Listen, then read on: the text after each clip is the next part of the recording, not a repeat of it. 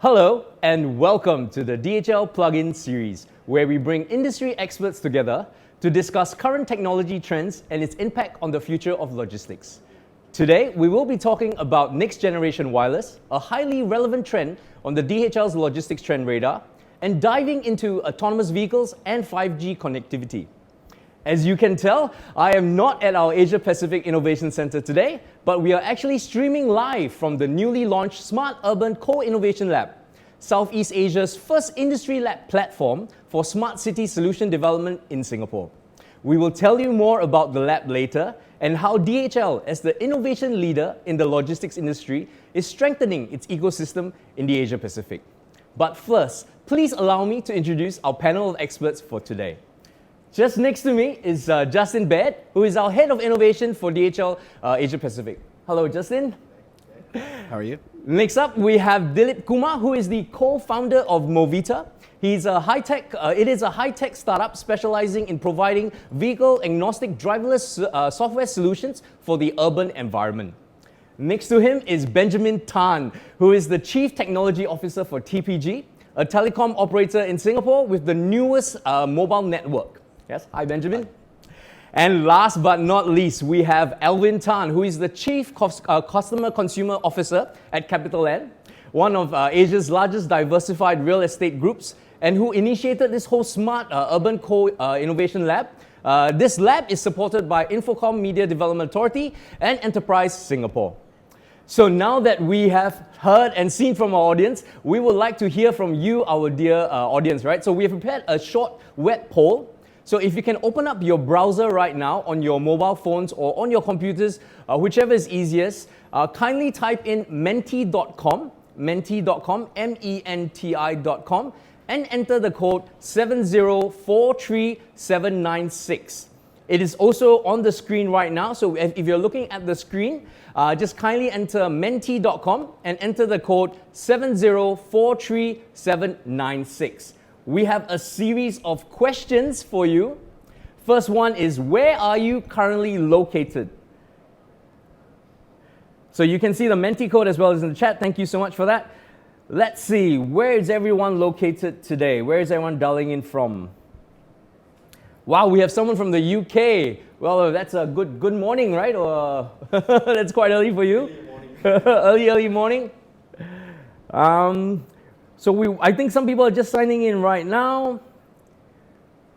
I see some responses from Singapore, of course. Welcome. On the back, I think it's taking the time to load, but we also have guys from Malaysia, from Thailand, all across Southeast Asia. Very good. So let's just move on to the next question right now. The next question is, which industry are you in? So we have a couple of industries right there, and these actually form up our sectors in CSI. So it'll be good to, so a lot of people from auto and mobility. Wow, everyone's coming in from everywhere.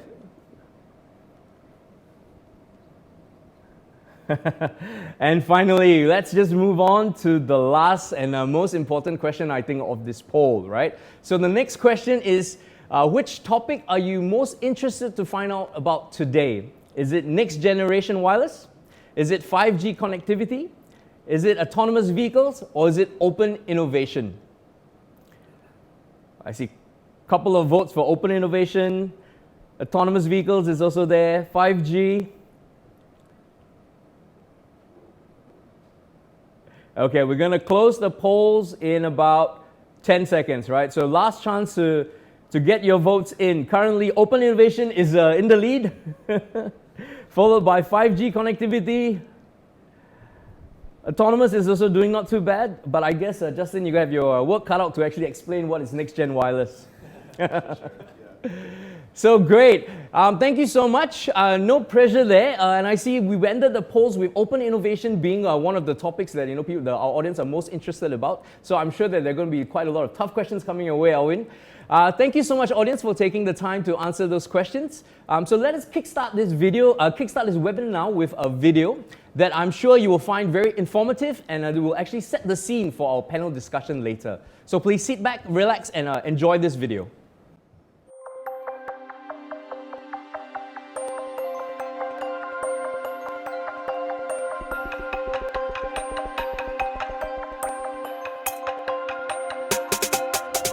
Hello, and thank you for joining us today. My name is Justin Baird, and I'm the Head of Innovation for DHL in Asia Pacific. We're here today to talk about next-generation wireless in logistics, to provide a perspective on the evolution of wireless networks, and also the future of the Internet of Things, IoT for short. Today, in the limited time we have available together during this webinar, we'll go on a journey exploring some of the interesting technologies that are emerging today. For example, I'm now riding in a fully autonomous self-driving vehicle. As they say, the future is already here, it's just not evenly distributed. So we will take a peek into some of those interesting areas where the future of logistics is currently evolving. Wireless technologies have indeed changed the world. For many people, it's hard to imagine life without wireless access to the internet. It didn't take a long time for wireless connectivity to become ubiquitous.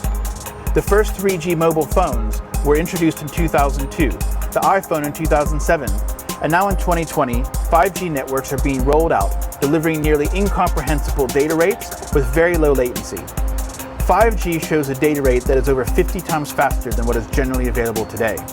So what does this mean for us? Well, next-generation wireless technologies will be transformational in our industry, enabling total visibility, large-scale autonomy, and predictability for supply chains. The fully connected future of logistics greatly improves the availability of every kind of supply chain data. These technologies include 5G, but also encompass much more. Short-range technologies enable wearables and bionic enhancement. Local area networks allow for precision robotics management and much more. Wide area networks create opportunities for smart roads and autonomous transportation. All the way through to satellite networks enabling visibility of ocean freight and global real-time connectivity. Next-generation wireless technologies hold great promise for the logistics sector. They will help companies address long-standing challenges, such as poor end-to-end visibility across networks. They will play a critical role in the sector's efforts to improve efficiency through greater automation of both planning and execution. They could even enable the creation of entirely new processes, services, and business models. Enjoy the rest of the webinar. Thank you. Hello, my name is Dilip. I am the co-founder of Movita. We are a high-tech local startup providing vehicle-agnostic driverless software solution for the urban environment. We are confident that we will build driverless software solution that will transform first and last mile urban mobility, especially how people, goods move around in the city in next 3 to 5 years' time. We are developing industry-leading component-based solution which turns certain vehicles into autonomous vehicles. Our software solution have been used in different applications such as first and last mile transportation, logistic transportation, agriculture and utility solution in UK, Singapore, Malaysia, India, China, across Asia Pacific. Our driverless software solution focuses on 3 areas: mapping and localization.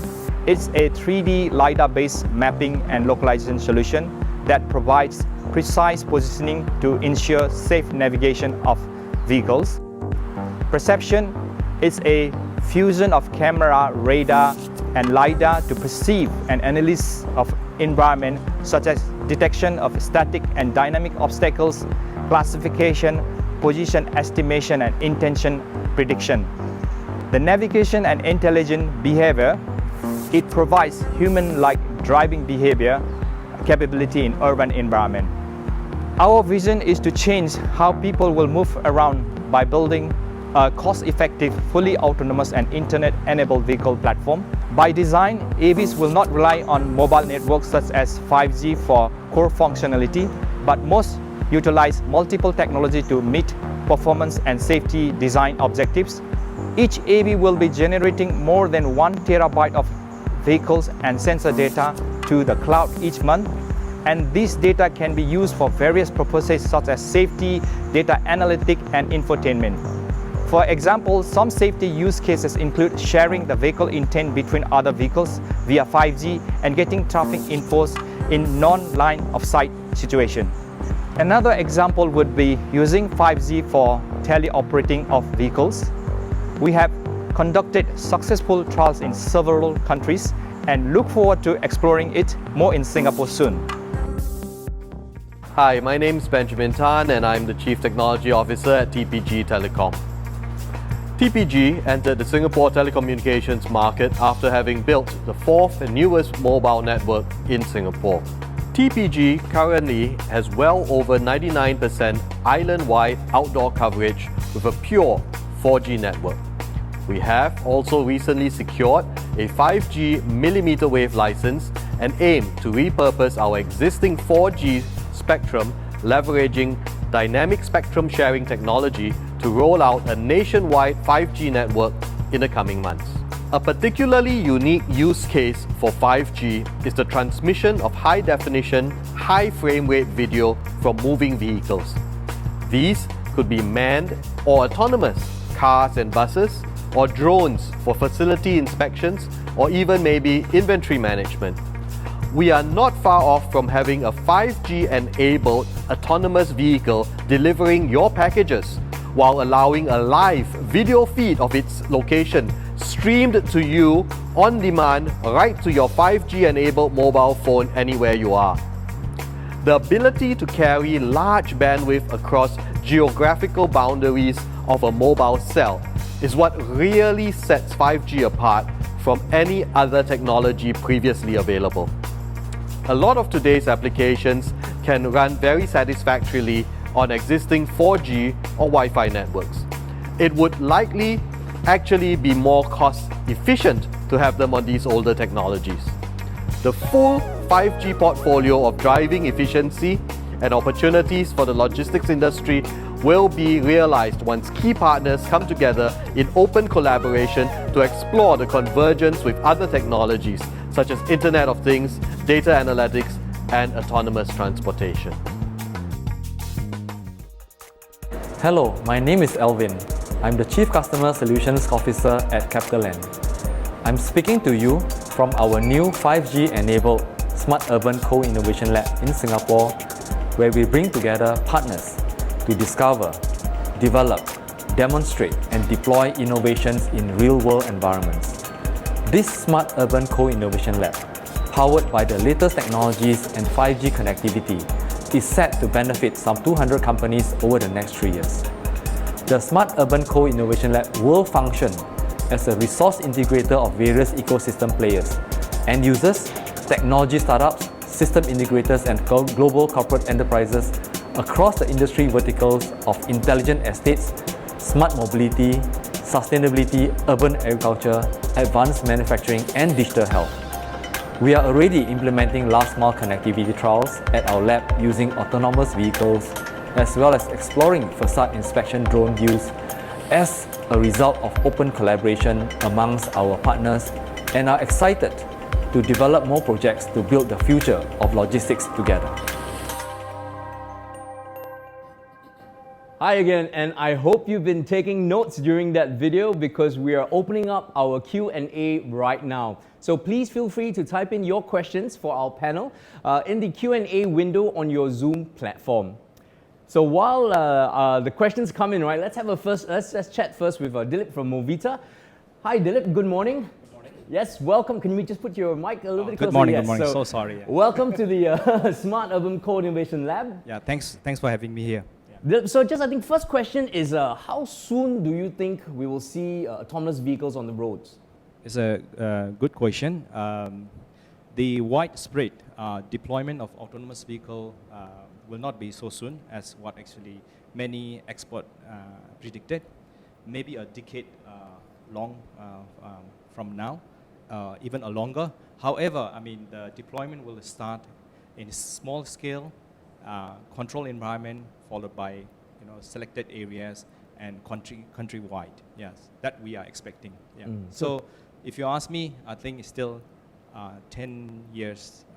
We need to wait for that. Yeah. 10 years. Yeah. Wow. Okay. Wow. But I think if you do want to try sitting on an AV, where can we try that in Singapore? You can come to Movita anytime. Yeah, we can bring you around Ngee Ann Poly, as well as we have planned to do some trials in Singapore.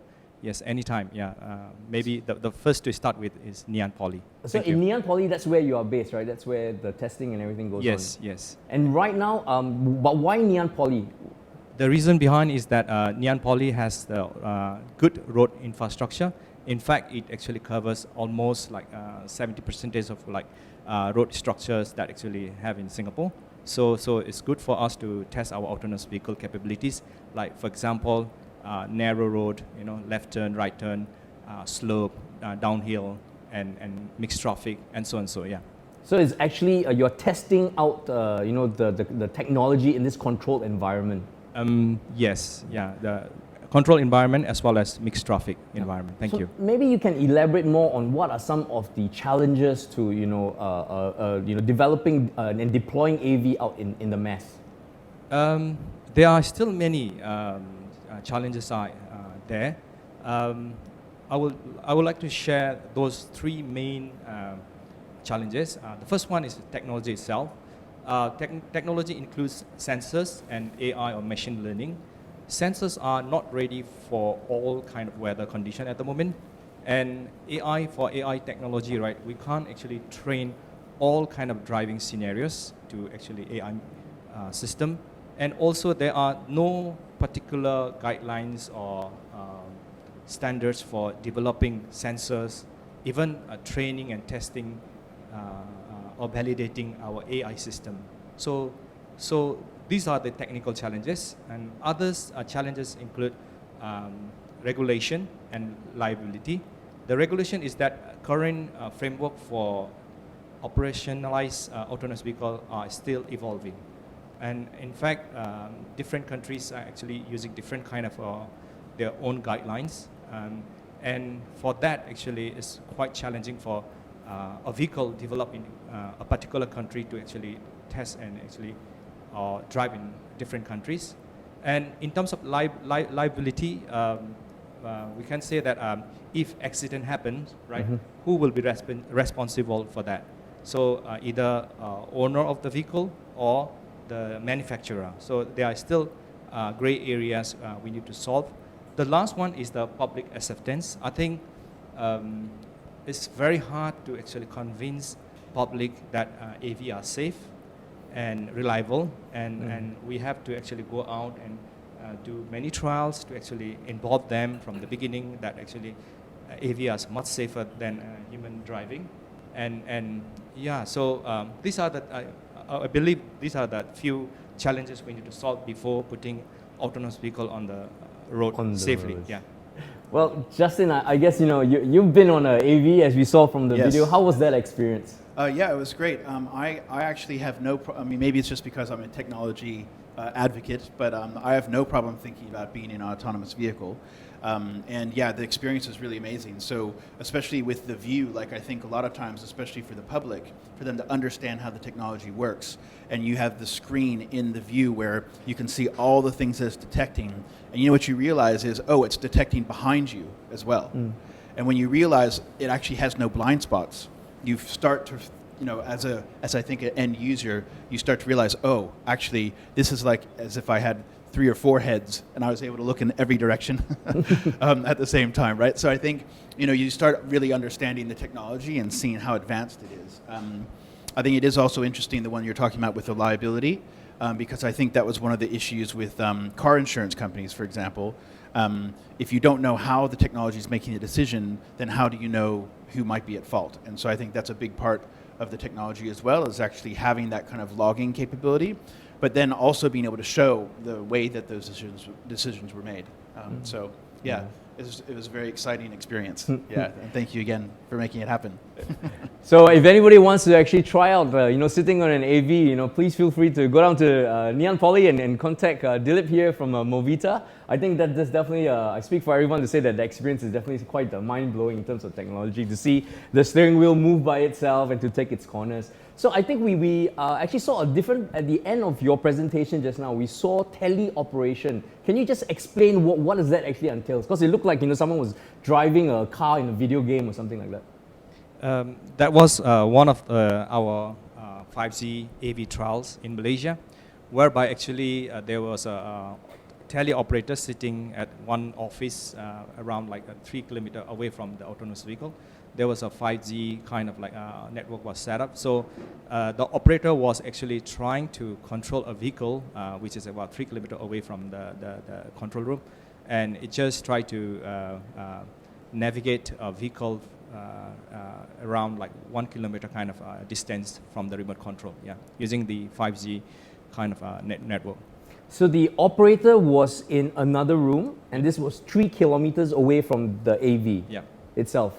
And then you guys connected that using 5G technology. Yes. Wow. And how far did the AV manage to go? Of course, there are some limitation actually we face. Of course, I mean, as actually time actually, comes, right? I mean, we will see the improvement on the technology itself also and connectivity itself. Yes, during that time we face some limitation, but yes, we're able to operate in kind of like straight kind of road, and the speed was about 5 kilometers per hour, that kind of range. Having said so, right? I mean, it was a kind of quick setup, and of course, I mean, we can do better probably in Singapore, and early next year. Early next year. Yeah, we will be. Wow. Okay. Early next year, so we will expect to see some trials of teleoperation in Singapore early next year. More than probably teleoperation. V2X communication and so on. Can you elaborate more? What else besides teleoperation can we actually see these convergence of technologies? Okay. At this moment, right? The limitation, the application what we actually did trial in Malaysia was very limited. For in Singapore case, we want to explore the capabilities of V2X. It could be V2V, V2 infrastructure, B2P, and also other kind of actually scenarios where we actually like to see how these two technology can be actually used to actually make autonomous vehicles safer. That's actually planned basically to showcase connectivity and autonomous vehicle use case scenarios. Okay, good. We have a question from the audience. Is the system configured for certain situations? For example, giving way to buses exiting the bays, or more to local mindset? So is the AI smart enough to attune to different driving habits for different countries? For example, I don't know if this is a Singapore example, but we have to speed up to close the gaps during the bus bays. So is the AI able to do that? Or is the system able to do that? Thanks for the question. Definitely the vehicle is able to actually maneuver itself in different kind of situation. The scenarios you have actually asked. However, I mean, there are still we need to do many tests in order to make sure that nothing will actually go wrong when actually deploy on public roads. So if you ask me at this moment as a test trial, we can do all the kind of actually scenarios you mentioned. Okay, so you can tailor it to the different driving habits of the different countries. Okay, so we have another question here, and I think this is picking up on your 10 years. So you said 10 years we will see AV, we will see AV on the roads. But we have a question here. So what sort of road markings, or what are the infrastructures that is needed to affect the AV? To affect the AV development, is it a tech, is it the vehicle, or is it external factors? This is a very good question. By design, the autonomous vehicle will able to drive itself in different kind of condition. However, if there are actually infrastructure are actually available to actually improve the safety of autonomous vehicle, that will be, great. So definitely. Because in order for autonomous vehicle to perceive the environment, autonomous vehicle will be using infrastructure information. Like for example, this is some example is that age of the road, the road marking, and maybe some infrastructure on the left and right hand side. Yes, so this kind of infrastructure need to be actually maintained. Or maybe, in fact, we need to add some smart infrastructure, such as smart light, maybe smart road signage, so which can actually provide kind of telematic kind of information to autonomous vehicle or connected vehicles. So actually, collectively they make decision what is happening around the surrounding. So actually, there will be some safe navigation of such kind of vehicles. Yeah. Fantastic. Thank you so much for that. So, okay, we have, I think, one last good question is, how can technology predict what the car or pedestrian will do? So I think this will be a very good segue to talk about, some 5G use cases. So just to answer that question, what kind of technologies can we use? What is it, AI or 5G, to then, predict if it's two AV cars, and how does it predict the traffic as well as the flow of pedestrians? At this moment, right, we are using camera-based system to actually predict the pedestrian intention. It can be depending on the behavior of the person, actually where actually the person is going, or direction, or the behavior of the person itself. So based on that one, the vehicle will able to actually kind of predict what the person might be doing in maybe next 3 to 5 seconds. Based on that one, the actually autonomous vehicle will actually plan its behavior and execute to make sure that it will not hit the pedestrian. Yeah. Yeah. So in the case where we have two AVs going side by side, right, and there's a pedestrian walking here, is there a way, or what is the bridging technology that these two AVs can talk to each other? Yeah, I mean, as I mentioned earlier, yes, although autonomous vehicles are designed to be drive itself, but however, there are blind spots, and sometimes it's better to have like infrastructure or other vehicles telling there is some obstacle in front, where actually the host actually vehicle might not be able to see. So that kind of scenarios, yeah, V2V or V2I kind of information to make sure that the pedestrian is safe. That will be good. Yeah. Yeah. So the answer is, yeah, connectivity, V2X kind of information will definitely help in future to actually move autonomous vehicles safely. And I guess just besides the communication, you actually need a bridge, right? And that's where 5G actually comes in to connect all these different vehicles together. So just moving now to Benjamin, right? So as a consumer, right? So as a consumer and as someone who's very fortunate to be in Singapore, where we have Wi-Fi, we have 4G and everything, what is the difference between 4G and 5G? I think the answer to that question really depends on what you are already using your 4G to do, right? It depends on your application. Certainly, the things that we always hear about in relation to 5G is the increased bandwidth, the lower latency, the higher reliability, and just the greater density of the usage. Instead of having thousands of devices, talking about millions of devices in a square kilometer, right? That's the type of the usual canned response you will get. And certainly those are the characteristics of 5G. However, in relation to your own application, that means very different things.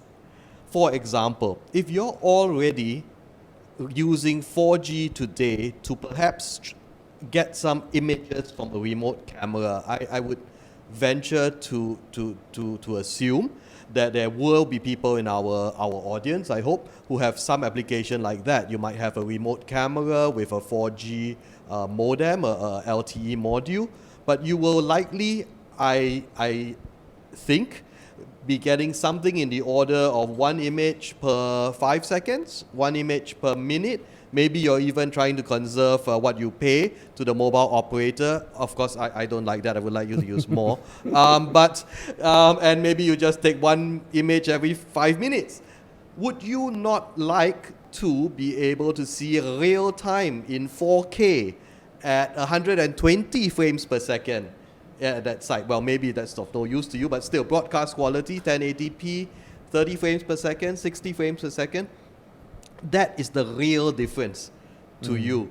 If you're trying to control a piece of equipment that is remote from you, whether it's in a locality like a port or a yard, a factory type setup, then again, what is the latency that you can reasonably tolerate in the interest of safety But even apart from safety, not that safety isn't important, but it just to make the triggers work, right? How much lead time do you have from the time your sensor detects that it's supposed to move left, move right, drop something, pick something up, to the time that you can actually actuate that?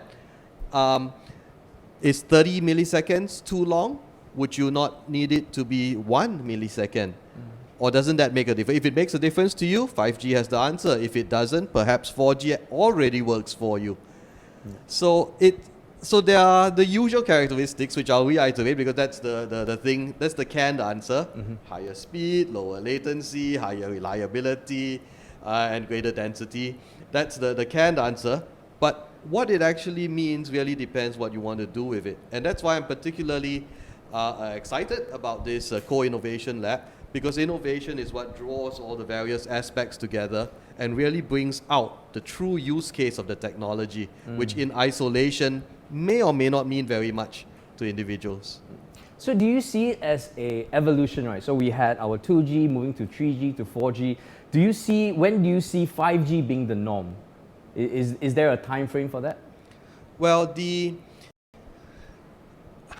I sometimes hesitate to make these predictions because there's so many different factors, right? But rather than actually give you a time, if I can attempt to evade the answer a little bit, I think it will be when the price that consumers deem acceptable for a phone includes 5G modem in that price point. So whatever price point you deem to be the current consumer acceptable number today, when 5G is available in handsets at that price point, that's when we will see it. Because it's always the outliers who will go buy your $3,000 phone that has 5G. Nothing wrong with that, but it won't be widespread, right? Yeah. So for our audience out there who are, these are more of a B2B kind of a scenario, what are some of the infrastructures or the cost that is needed to actually implement this 5G in a warehouse, for example? And also, can you talk a little bit more of the cost and benefit, right? Because I know when you said in the video that, for 4G and for Wi-Fi, they might actually be more cost efficient. So what is needed? So while I'm a technology person, I'd like to think of myself as a commercially practical person as well. And there are a lot of applications where if you are confined to a limited space, perhaps the area of a warehouse, a Wi-Fi 6 solution, an enterprise Wi-Fi 6 type solution today, or even a LoRaWAN type solution if you don't need that much bandwidth, might well serve your needs for a far less, for far smaller investment than any kind of a private 5G, private slice, MEC type deployment, which I will openly say TPG would be very happy to work with you on, but may or may not be the most cost-effective thing to do in relation to what you want to achieve. If, however, your target use case domain, physical geographical area, goes typically what we say beyond the boundaries of one cell site into the multiple kilometers, right? Then it becomes interesting. Because not that enterprise Wi-Fi cannot do that entirely, but then the cost-benefit dynamics totally change, right? So a shipyard kind of thing would be a more attuned example to where the true benefits of 5G come about, as opposed to a pure warehouse space. That would be my short answer. Yeah. All right, thank you very much. So now we're just going to switch a bit of track. So we talked a bit about AV, we talked a bit about 5G, and I see, please keep the questions coming in. I see quite a few ones for you, Justin. But now let's talk about next-gen wireless, right? So it is a trend on the logistics trend radar. Maybe you can just share with us what the trend radar is, and then where exactly on the radar, next-gen wireless. Sure, absolutely, yeah, thank you. And yes, thank you again for everyone participating in this. It's been quite interesting and intriguing to be looking at all these technologies. But I think when we think about next-gen wireless, there's a lot of different aspects to next-gen wireless. You know, we're talking about some technologies with 5G and other things, but in reality, there's a lot of technologies that are combining to create this type of next generation of wireless capability. I mean, if we think about those different technologies, they're also coming up in kind of the trends that we see on the DHL trend radar. So what we've just recently done is launched the next generation of DHL's trend radar. So that's the 5th edition. And it's something that we do a very large research report over the course of almost 24 months. So literally we see this coming every 2 years or so. And as part of that, we look at all the trends that are actually affecting the industry as we know it, but also those trends are affecting the world, you know, as we know it as well. I mean, you can't go almost anywhere without bumping into technology these days. And so when we think of the type of technologies that are a part of that, there's everything from what's making things happen from a wearables perspective, so you know what we're doing with Bluetooth and kind of the very short range types of technology, all the way through to what we're talking about with 5G. And yeah, as we were mentioning before, you know, when you get past the confines of, let's say, a warehouse, or you move into shipyard, or you move into much larger kind of areas, then those type of technologies move all the way through to even satellite networks. So I think, as you mentioned, you know, LoRaWAN is a technology that could connect many different sites, you know, going up to, you know, 50 kilometers or more, but then you actually get into satellite technology as well. So we have seen a lot of interesting trends coming onto the radar this year. Speaking of satellites, we even have things like space logistics happening now. So there's all different types of trends that are impacting the world around us. Yeah. Is the satellite also AV? Is it, you know, is it automated now at the moment? I think maybe some aspects of it. Yeah. Okay, so maybe let's just talk about next gen wireless. So we've talked about the whole radar. Then let's just dive into next gen wireless, right? So is next gen wireless, you know, just 5G? Is it just is it a Wi-Fi, or what is it all about? It's so many different combinations of technologies. Yeah. So it's not just about a particular technology, and it's the integration of all those technologies as well. So when we think about next gen wireless, we think maybe we talk about 5G because we think of 5G as being high bandwidth and low latency. Those are some of the benefits that could come from it. But again, this idea of using, let's say, local area network technologies, using smaller range technologies, all of these things are of benefit. But you know, I think it's also about the application, and that's why there's so many different solutions. We have technologies even that are providing us with real-time data on shipments that are overseas, right? And that's using satellites to make some of those connections happen. But in that scenario, the real-time factor of it is not as important as actually the data capture. So, you know, sometimes you don't need the low latency. Mm-hmm. It might be more about capturing data over time. So, you know, each one of these is a unique solution. So we can't kind of necessarily say that there's one technology that actually solves all the problems. It's more about finding the right technology for the right solutions. As part of DHL, we have this smart sensor solution set, and that smart sensor solution set is, I mean, there's dozens upon dozens of different technologies, and we look at each one of the kind of use cases and combine those as required to find the right solution. So then, in terms of a practical use case, right? Can you give some examples where, you know, these next gen wireless actually are now being used in use cases? Yes, yeah, absolutely, for sure. I mean, as we've seen with autonomous vehicles, but when we look at autonomy in warehouses, for example, we've got robotic automation. So lots of those things are using all different types of wireless technologies to communicate. As an example, we may have like a sorting arm, like a robot sorting arm, but how is it getting the information to make the sort happen when boxes are flying towards it? So there are things happening where there are sensors ahead of where the robot is. That's then a wireless communication to tell the robot what's the next step to do, those type of things. So those are the type of things that you see implemented in warehouses. But then this even goes to, we have even Bionic Enhancements, right? So Bionic Enhancement uses wireless technologies to be able to actually understand what's happening in the world around, and then use that information to help someone in terms of an exoskeleton, for example, helping with lifting. So really the applications are kind of infinite. Yeah. Okay. So I think maybe we move back to use cases now. So there's a lot of questions about logistics use cases. So you know, Dilip, maybe you can share a little bit, because we saw in the clip where you had the farming example, the agriculture example. Is there something similar for logistics or last mile for that matter? The application might be different. The base technology is similar, right? For logistic area or application, right? Most likely, like for example, courier guy. Actually, he picks all his stuff from warehouse and delivers to actually, let's say, urban environment. Yeah. Then and actually he has to drive through the many traffics, and he has to find a car parks. And after that, he has to actually deliver items to different actually offices. Yeah.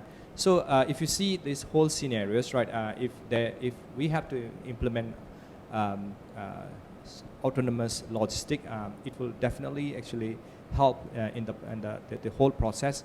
For example, for driving through urban environment, where actually the autonomous vehicle itself actually drives, so where this courier guy actually can plan some of the things that he wants to actually deliver, or he can arrange his parcel or items to actually different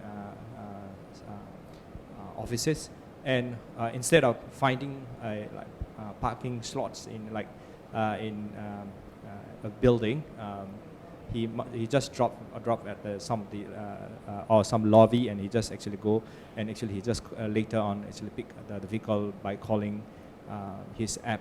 Yeah. So of course, I mean those sounds like very futuristic, but if actually or what I want to say is that technologies are there already. So but we need to actually address some of the barriers actually earlier I mentioned, right? If all things actually we put together, yeah, the future logistic scenario will be look something what I shared just now. Yeah. So I have a very tough question for you here, and I've been trying to think of the easiest way to ask this, but the question is, in terms of commercial use, what is the cost consideration of a driver, especially in Asia Pacific, where labor cost is relatively quite low, and implementing your AV cost is actually will be quite high. What are some of the what is the ROI that you're actually looking at for AV? Okay, so for these questions, right, actually many AV developers are actually try to actually come up with the right business models. Mm-hmm.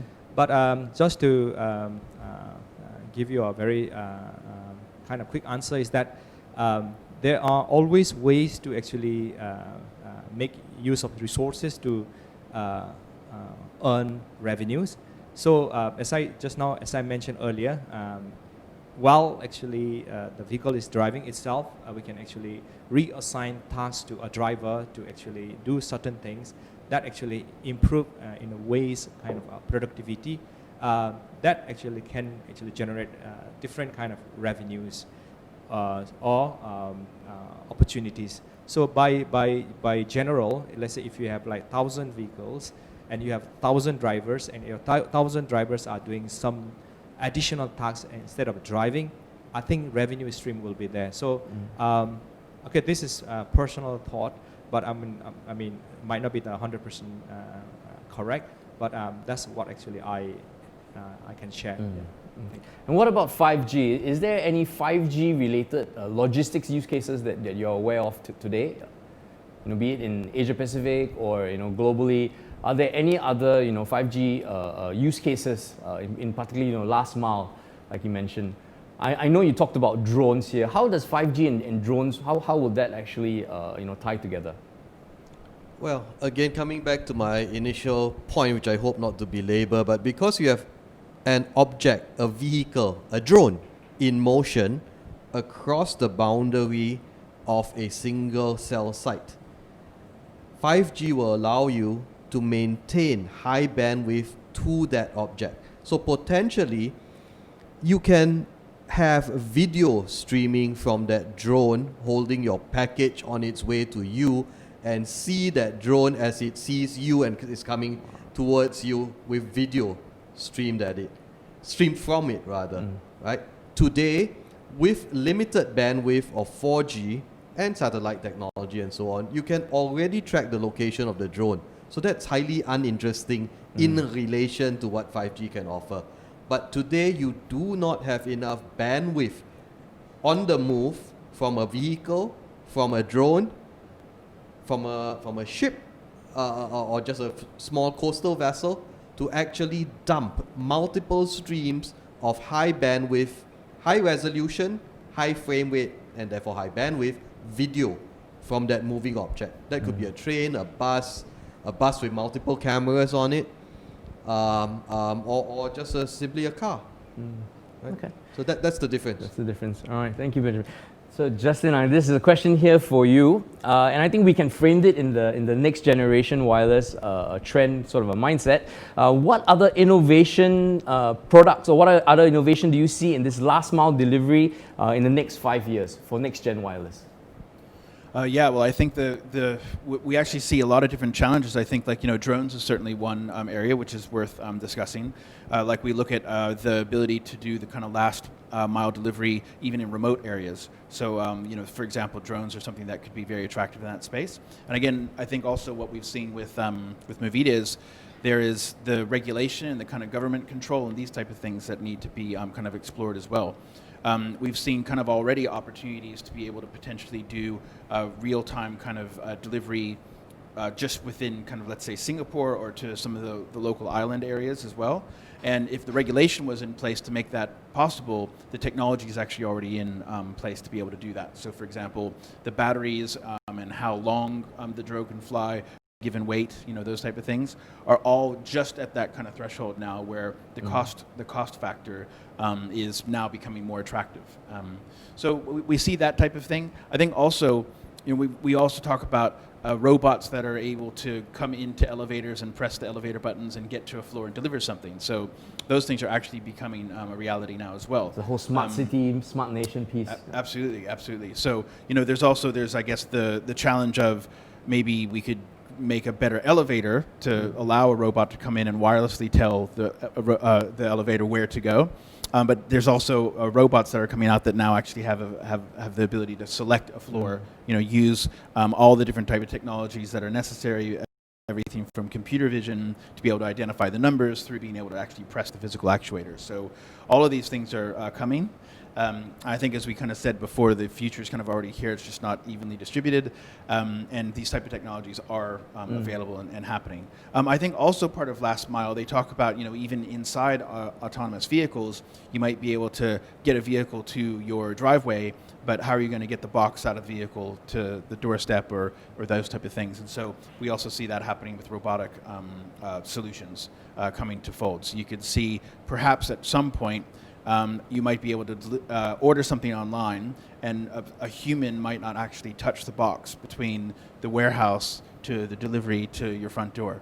So, I mean, those are certainly the kind of more futuristic ways that we're looking at these type of things. And, I think it is regulation, government control, and technology. All of these things are the things that are going to either make these things more successful or take more time to deliver. Yeah. Okay, good. Thank you so much. So swinging from 5 years, let's talk about now, right? So let's talk about the whole COVID situation. So we know everyone's rushing to produce the COVID vaccine.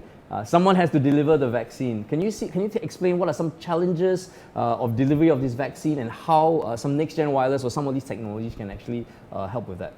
Yeah, absolutely. So I think another piece of the next-gen wireless and all the wireless aspects of this is actually monitoring these type of shipments. Right now, basically, the kind of popular ideas for the vaccines that are now coming are going to require very low temperature transport.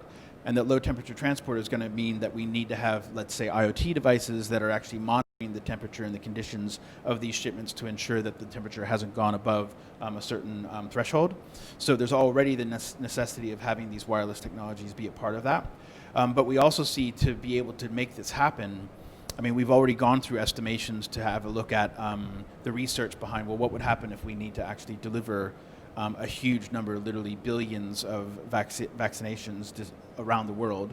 And we're literally talking about over 15,000 flights to be able to make the delivery of all of these vaccinations, and then all of the things that actually go into that process. And so trying to orchestrate something like that is going to require all of the capabilities of these type of next generation wireless devices to be able to ensure that those deliveries are accurate and then also have not exceeded the kind of temperature threshold. So we're preparing for that upcoming need. It's going to be very important. Yes, absolutely. Yeah. And hopefully very, very soon. So what I'm hearing from all of our guests panel today is that it is not just the technology, it's not the expertise in technology, but it's really working together to really accelerate these processes. I guess now, Elvin, on to you, right? A property developer here in an innovation lab. Maybe first of all, can you define what is open innovation? Thanks, Matt. Let me use a long-winded way to explain what open innovation means to us and my own personal experience. I had a fortunate opportunity to live in Germany 20 years ago, and one day I went to the Deutsche Post office, and I wanted to mail something back to Singapore. The question that the person asked me was something that I've never experienced in my life up till then. His question to me was, how long do you want your parcels, how fast do you want your parcels to arrive in Singapore? So I said, what do you mean? I said, we've got different ways, surface mail, DHL, DHL Express and all the different options. So that stuck in my mind, for a long time, but I didn't know what to make of it. So fast forward 18 years later, 2 years back, at that point in time, I was still with Ascender Singbridge before the merger with CapitaLand. And we are now faced with many interesting challenges in our facility management. So the question to us is, do we go the normal way of innovation, whereby we start to study the problems, we look at all the different solutions, and therefore pick one in order to do it and execute that? Or do we relive, what I experienced in Germany 20 years ago and put out to the industries? This is a problem I want to solve. Can you tell me how best you can solve it? Mm-hmm. So that was the first journey for us in open innovation. And that is, how can I, instead of relying on my own capacity to solve the solutions, open up the problems to a larger audience and solicit ideas to see how can I best address that situation. So that's what to us is open innovation. Mm-hmm. And I think this is very important today in the world of digital technologies, digital economy, and you can hear from my fellow panelists here, look at the depth of knowledge and the experience that they have. This is something that real estate companies will never, be able to do in our non-core business. Mm-hmm. But if I want to solve the problems, I want to find the fastest way, the best way, and that's what open innovation is all about. Mm-hmm. Mm-hmm. So maybe can you elaborate a little bit about open innovation, logistics, and I know you have quite a few pillars here, right? So I know logistics will sit under your advanced manufacturing. Can you explain a little bit how you see that happening within the players today? How you see that happening in this lab itself? Okay, this is where people ask me, what has a real estate company got to do with logistics, right? This is where I want to differ. We look at our business going forward as building smart cities, of which urban logistics, smart logistics, advanced manufacturing are components of. And we envisage a day where many of these technologies, the data especially, will be harmonized and allowing players to build on.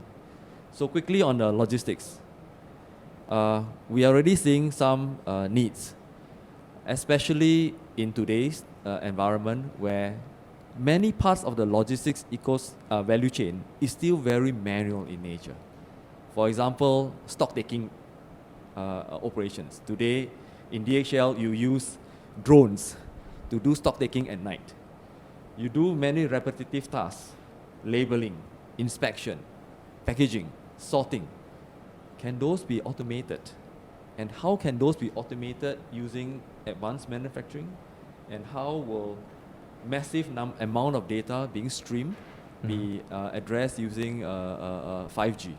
And even one simple applications that we brought a few logistics companies here to take a look at the solutions that are being implemented in the lab, something that I never thought of. We have here a device called a CPE, where we take wireless signals straight from the access points as functioning like a phone, like a hotspot. But this hotspot leverages on off-the-air 5G technology and then broadcast it as Wi-Fi in a confined space like this. So logistics company came in and said that, look, every year I spend thousands of dollars just to wire up all the different access points within that shop floor. Can I now use a CPE device to broadcast that, achieve the high bandwidth, and remove the cost of rewiring all these things? So it is about this lab creating the opportunities for companies to discover what are the new applications, what are the technologies available. And some of these technologies may not have been designed for that particular industries. But because it is here, it allows people to now see that, hey, why not try this and adapt to my industries and see whether it works. So this is what we move open innovation to add the co-innovation part, where I talk about the scenario just earlier on was a one-to-one relationship where I have a need. I go out to the industries and I look for ideas. But I'm moving towards a many-to-many relationship, whereby not just myself, but Justin, Dilip, and Ben can come together and say, look, all of us have got similar problems in certain areas. So rather than Justin handles find your own solutions, I find my own solutions, can we do so together? Yeah. And so that this lab itself is 5G enabled, right? 5G enabled. 5G enabled. What other features, of this lab, that technology that we can actually hear a little bit about? This lab is a nerve center. It is 5G enabled indoor, and it connects to an outdoor 55 hectares of space that TPG has helped us set up a 5G network as well. This is Singapore's largest 5G trial site now. So imagine now, that's why Movita is here with us. They are deploying 5G vehicles on the roads in Science Park and be able to stream the content into this lab for further developments or other partners to work on. So I guess maybe just as a closing, what are some advice you would give to other technology partners or other traditional MNCs? So how do they start this open innovation journey? Have an open mind. Believe that we are just a part of the ecosystems or community in a sea of innovation out there. So create opportunities for yourself. Create the trust and empowerment to your colleagues. To say that, look, I don't have all the solutions. Please think about what are the possibilities that can happen. This lab, for example, you introduce it as my brainchild. It is not. That's wrong. It is a brainchild of my team that faces the day-to-day challenges of how do we want to create value for our customers in a systematic way.